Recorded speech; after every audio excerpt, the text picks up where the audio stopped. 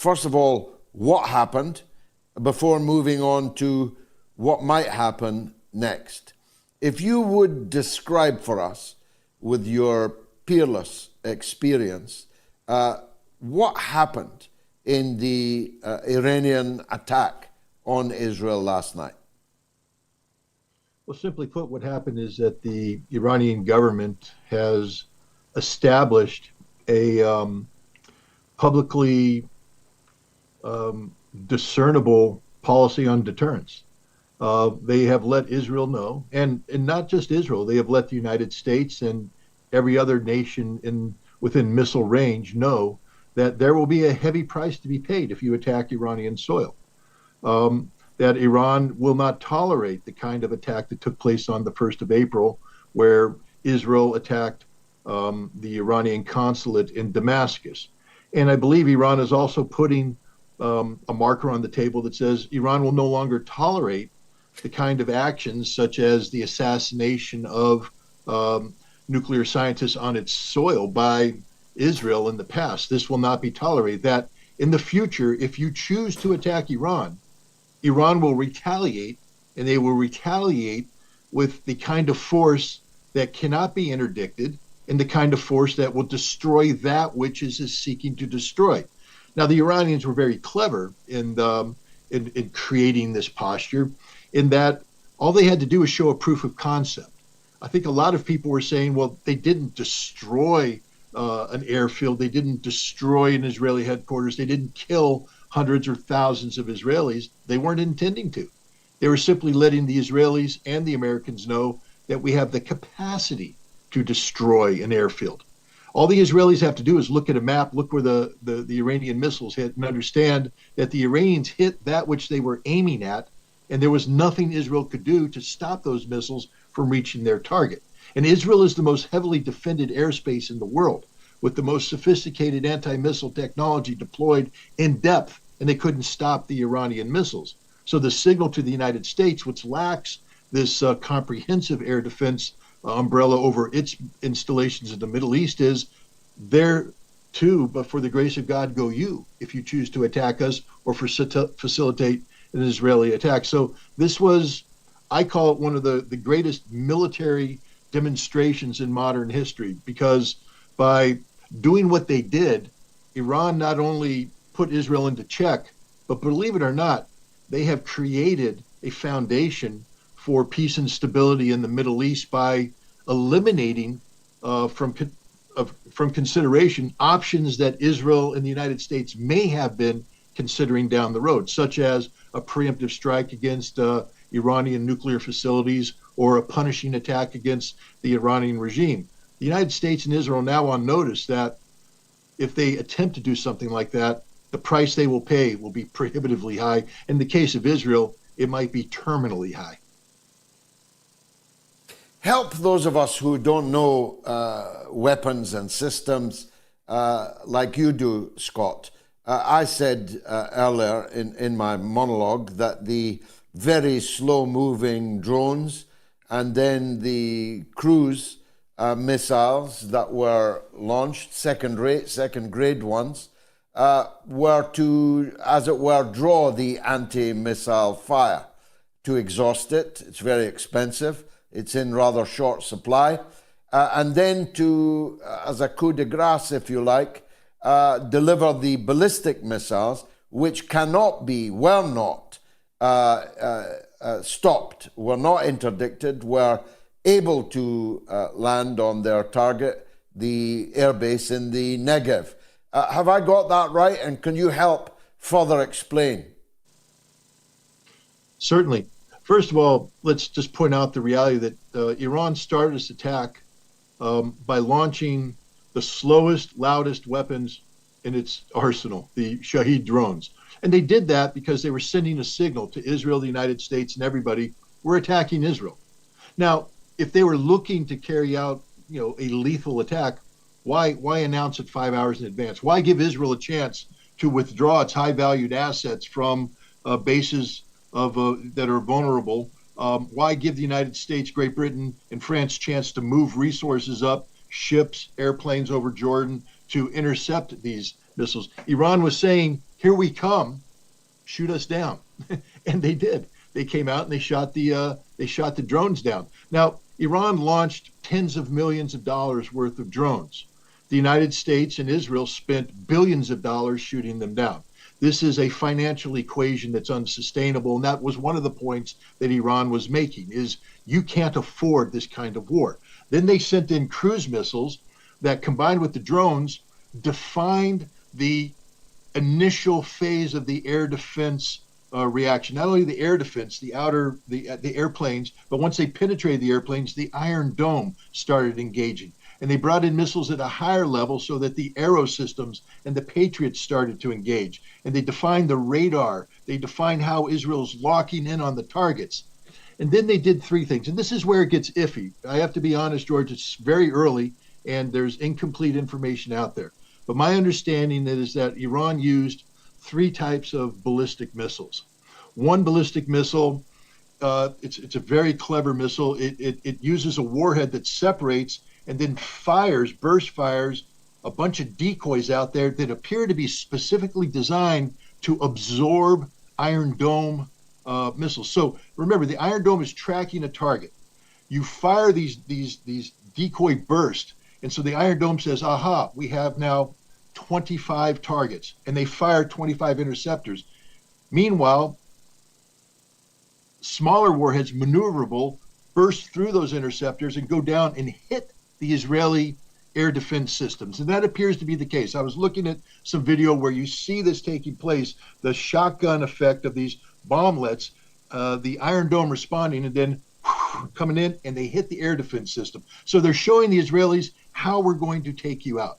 The next thing that you see is they have these missiles coming in where you see the warhead separating from the missile body, and then there's a booster engine on the warhead that drives it down into the ground at high speed, blowing away any radar intercept, any ability to intercept, hitting the target. And what this does is it clears the space. They clear air defense. And the final thing are these heavy warheads that come off of the heavy missiles that hit the runways and blew the big craters in them. This was a 3-layered ballistic missile attack that was specifically designed by the Iranians to destroy Israeli air defense, to clear the way, to take out air defense, and then to show that we can put the big warheads on the target anywhere in Israel we want to. And this was successful. And the beauty of this is they didn't use their best missiles. All three, with the exception, one of these missiles is rather new, but it's not the hypersonic missile. Israel didn't use their hypersonic missile. And Israel has lots of these missiles. This was just a single strike package. Iran has several strike packages just like this held in reserve that they have for Dimona, that they have for the Kiryat in Tel Aviv, that they have for other air bases. Iran can repeat this process all day long. And what they showed Israel is, this is what we can do. And I can guarantee you there's people like me right now who wear uniform or intelligence officers doing the exact same analysis they're doing, and they're writing big critical reports up the chain of command saying, stop all nonsense. We can't win this war. It's over, guys. Stop it. We have no defense here. If Iran wants to come in, we are powerless. This thing will escalate out of control. Make it stop now, which is why Joe Biden was on the phone with the G7 to intervene with Israel, why Joe Biden was on the phone with Netanyahu, and why Netanyahu's generals were telling him, stand down. We can't win this fight. This is a huge Iranian victory. Yeah, we'll come to that latter point in a minute. But do you agree with me that, as George W. Bush might put it, they've all misunderestimated Iran all along? Well, again, the military hasn't. I have to say that I've worked with Israeli intelligence, with their technical intelligence people, with the people who do the analysis and the assessments of missiles. These are smart people.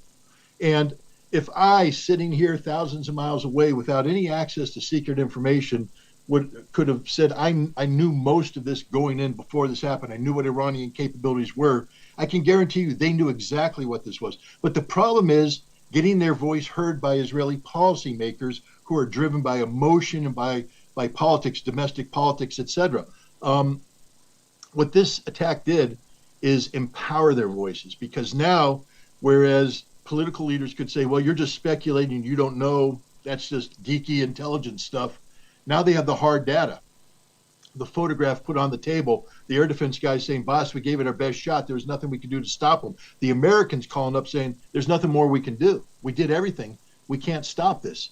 And now the Israeli politicians are waking up to the harsh reality that the fiction that they have been living under is not even close to reality. It was a fantasy, and there's a real world out there, and it's a dangerous world, and they're going to have to change the way that they operate. So let's move on to what happens next, Scott, if you will. It's said, and you've just said it, the media is saying it, I believe it, that Biden has sought to dissuade. In what words and at what price, who knows, but sought to dissuade an Israeli response to Iran's response for fear of this wider conflagration, for fear of a serious, 10 times more serious Iranian response to any Israeli response. But the question is, can Netanyahu survive without responding? Listening to Ben Gvir and others already this evening, it seems to me that Netanyahu would fall from power were he to go along with what Biden seems to be asking him to do. There's a couple things that I think we're going to see. One, I think we're going to see Israel ratcheting up the pressure on Hezbollah. And now we're going to have to see, the skills of Hassan Nasrallah and his ability to manage this escalation ladder, which he's done so masterfully. But if more pressure is going to be put on Hezbollah by Israel, and Iran is going to be pressuring Nasrallah not to allow it to blow up, not to allow it to, become the general war that Netanyahu so desperately needs. Two, I think Netanyahu is going to call in the head of Mossad and sit Ben Gvir down with him and say, we're going to double down on our covert war against Israel. A lot of people have forgotten, but there was a huge demonstration last year that became a civil war. I talked to senior Iranian officials about it, and they said this isn't demonstrations. This is a hybrid war run by the CIA and Israeli Mossad designed to bring Iran down from within, and it was a big problem. It was a big fight. The Iranians won, they prevailed, but I would see Israel encouraging Baluch nationalist movements to strike Iran and Zahedan. I would see them encouraging ISIS to strike inside Israel. I would encourage them to see the Kurds striking, the Mujahideen al-Khalq striking, all these external forces that the CIA, the British, and Israeli intelligence have been propping up for years. I think you're going to see the Israelis saying, you need to double down on this stuff. We need to put the pressure on Iran because we can't be seen as doing nothing. We have to be seen as doing something. And this, again, will test the limits of Iran's deterrent policy. At what point in time will Iran expand it to say that that hybrid attacks using a proxy qualifies as the same as a direct attack, and our deterrence will kick in as well. We dodged a bullet, but we're not out of the firefight yet. There's going to be a lot of pressure put on down the road. The good news is Iran doesn't want to fight. They're not cowards. They prove that they will fight if need be. But Iran's focus is on the Shanghai Cooperation Organization. It's on BRICS. It's on normalization of relations with Saudi Arabia. It's on economic prosperity. And a war with Israel will disrupt all of this. So the good news is there's a lot of patience built into Iran's foreign policy, a lot of flexibility. And that's necessary at this point in time because Iran has to understand that Israel has to do something for internal politics. And you either want a war or you don't. If you don't want a war, you're going to have to grit your teeth and bear it as Israel uses proxy forces to put pressure on Iran to punish Iran. Iran will have to absorb these attacks. But the other good news is Israel's losing the bigger war. Remember, the other thing Iran doesn't want to do is distract attention away from the fact that Hamas is winning, that Hamas has turned global opinion against Israel, that the world is now talking about a Palestinian state in ways that they had never done before. A larger war between Israel and Iran distracts people from that goal. And Iran doesn't want that. Iran understands that the axis of resistance, together with Hamas, was in the process of strategically defeating Israel, and that's the fight they want to fight. So I think Iran will be willing to absorb blows from Israeli proxies in order to stay focused on the strategic victory that they're handling and not fall victim to the kind of, petty human narcissism that Israel falls victim to, where they say, we've been slighted, we have to do massive revenge. Iran has shown itself to be a very patient, very resilient, very mature nation state when it comes to this sort of activity.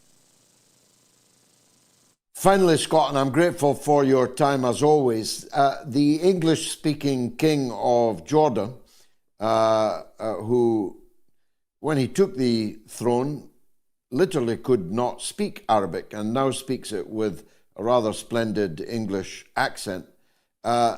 He was the only Arab leader, if we can call him an Arab, call him a leader, who collaborated with Israel and the United States last night. Even their much more important and longer standing allies declined the opportunity to do that. Why did King Abdullah do that? Has he not placed himself in very severe difficulty now with his own population, which is overwhelmingly opposed to Israel, overwhelmingly in support of the Palestinians in Gaza? What on earth forced King Abdullah to do that? Well, I call him the least Arab leader in the Arab world. As you pointed out, he, his roots, his ideology, his mindset is very British. It's not it's not of the Arab street. He is so far removed from the reality of his people, and he is so dependent upon Israel. And I put Israel first, then the United States and Europe for his continued viability as a leader. His betrayal of the Palestinian cause is apparent to all, and now his betrayal of the Arab world and indeed the Muslim world is on display likewise. He knows he's in a lot of trouble. The most dangerous thing in the world for the Hashemite king of Jordan is happening, and that is that the Palestinian people have a pathway to statehood. And a Palestinian state is perhaps the greatest threat to this artificial entity called the Hashemite Kingdom of Jordan, because he's not a Jordanian. He is a Saudi Arabian transplant. And I believe he may be the last Hashemite king of Jordan. That I don't wish upon him the fate of the last Hashemite king of Iraq, but I do believe that it's time for the king of Jordan to take his family and his retinue and fly off to London and live where he belongs among the British people he so adores, because he is reviled and hated amongst his own people and now amongst the entire Arab and Muslim world. He is a betrayer of the cause of the people of Palestine. So, World War III or not, Scott, can we sleep in our beds tonight with some confidence that the world will still be here when we wake up in the morning? I'd say in the short term, as long as Ben Gurion Airport is open and flights are coming in and out, go to bed, sleep well. If Ben Gurion shuts down, then we need to start worrying about in what direction this is going, because the Iranians aren't playing around anymore. And if Ben Gurion shuts down, it means the Israelis aren't taking no as an answer from the United States, and this thing could go in any direction. But for the moment, Ben Gurion's open, people are flying in and out. I'd say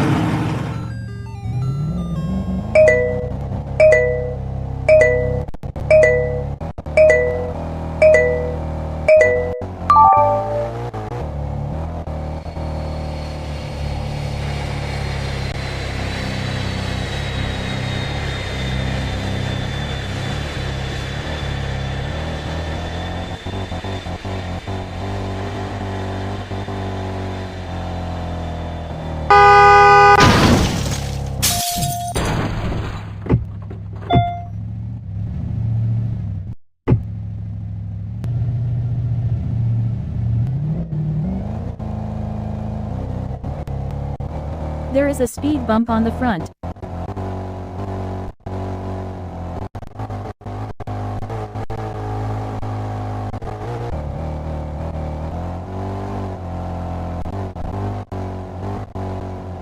There is a speed bump on the front. There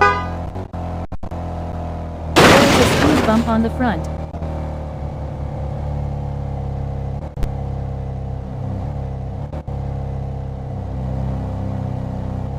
There is a speed bump on the front. There is a speed bump on the front. There is a speed bump on the front.